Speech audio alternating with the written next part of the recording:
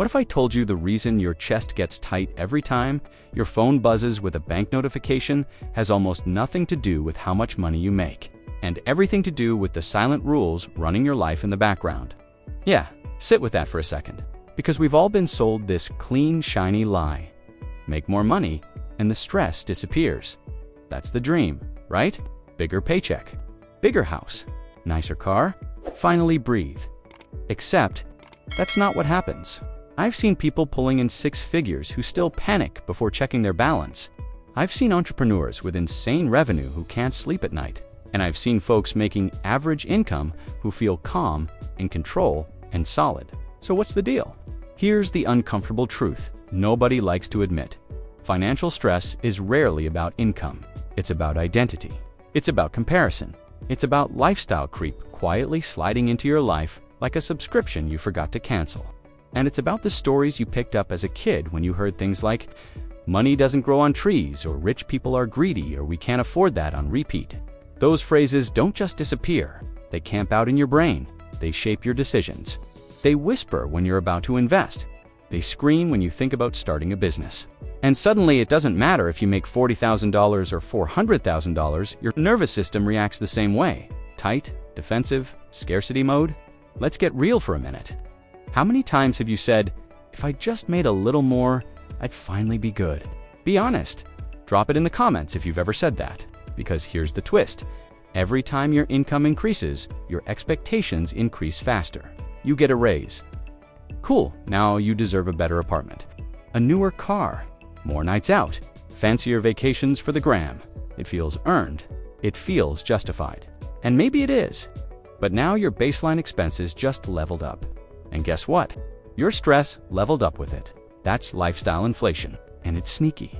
It doesn't feel reckless. It feels normal. That's why it's dangerous. And social media. Don't even get me started. You scroll for 5 minutes, and suddenly your perfectly fine life feels behind.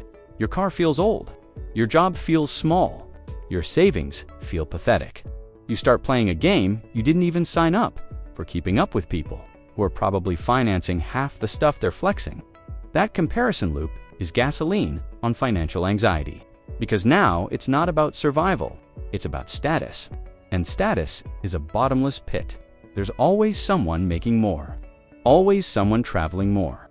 Always someone investing in something exclusive. If your peace is tied to winning that race, you will never rest, ever. Now here's another layer that might sting a little. Financial stress often comes from feeling out of control, not from the actual numbers. You could have a decent emergency fund, manageable debt. Stable income means still feel anxious because you don't actually look at your finances. You avoid them. You swipe and hope. You delay checking your account because you don't want to ruin your mood. That avoidance builds tension. The unknown is scarier than the truth, but the moment you sit down, face the numbers, and make a plan, something shifts. Even if the numbers aren't perfect, clarity reduces chaos. Chaos is what spikes stress, not income. Clarity gives you leverage, and leverage feels powerful. Here's something else most people won't say out loud. A lot of financial pressure is self-inflicted through silent competition. You don't just want to be stable, you want to be impressive. You want people to look at your life and think, they're doing well. That's human. We all want respect. But when your spending decisions are shaped by what other people might think, you've handed your piece to an invisible jury. That's exhausting, and it's expensive. Let's talk about the corporate grind for a second. You're in a solid job, benefits, salary, maybe even bonuses. From the outside, it looks like you made it. But internally, you're anxious because your lifestyle depends on that job continuing exactly as it is. One layoff, one restructure, one bad quarter, and everything wobbles. That's not about income being low. That's about income being fragile. When all your eggs sit in one basket, of course you feel pressure. Diversification isn't just for investments. It's for income streams. It's for skills. It's for options. The more options you build, the less desperate you feel. And desperation is a breeding ground for stress. Now let me flip it again. Some of you aren't stressed because you make too little.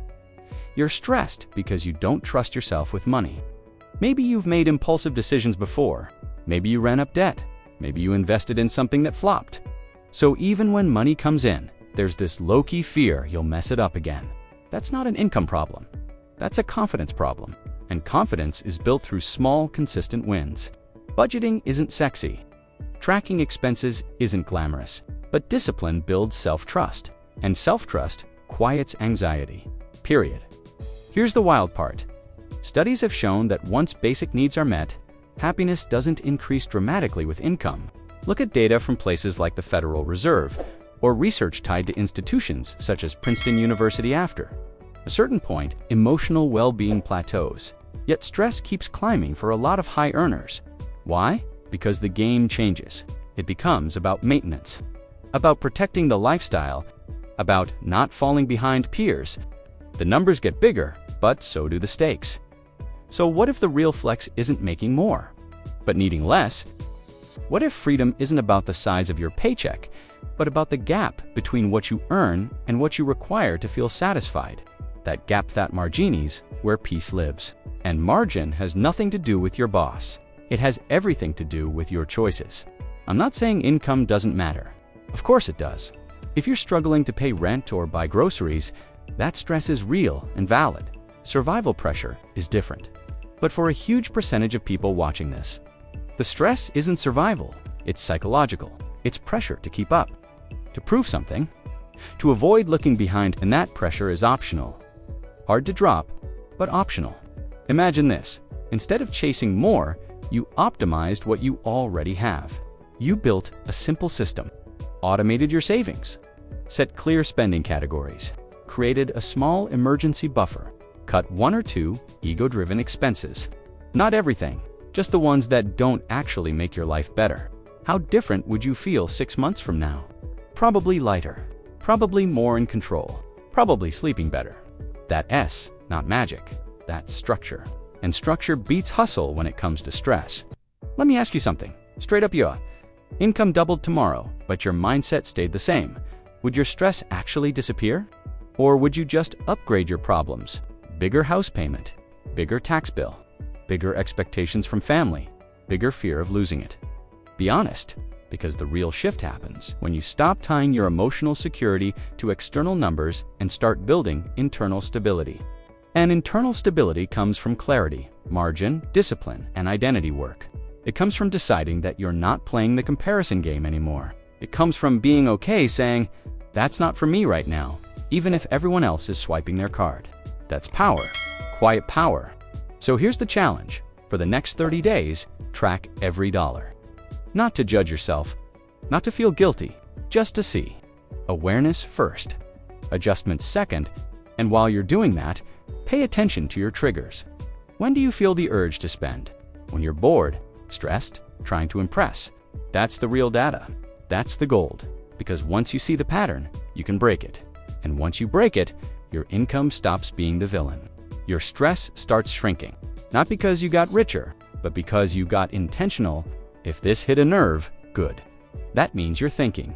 Drop a comment and tell Meadow, you believe your stress is really about income, or is it about something deeper? And if you know someone who's grinding harder and harder but still feels behind, share this with them. Let's have the conversation most people avoid. Because the truth is, financial peace isn't reserved for the highest earners. It's built by the most aware, and once you see that clearly, you can't unsee it. So the real question is, are you ready to stop blaming your paycheck and start taking back control?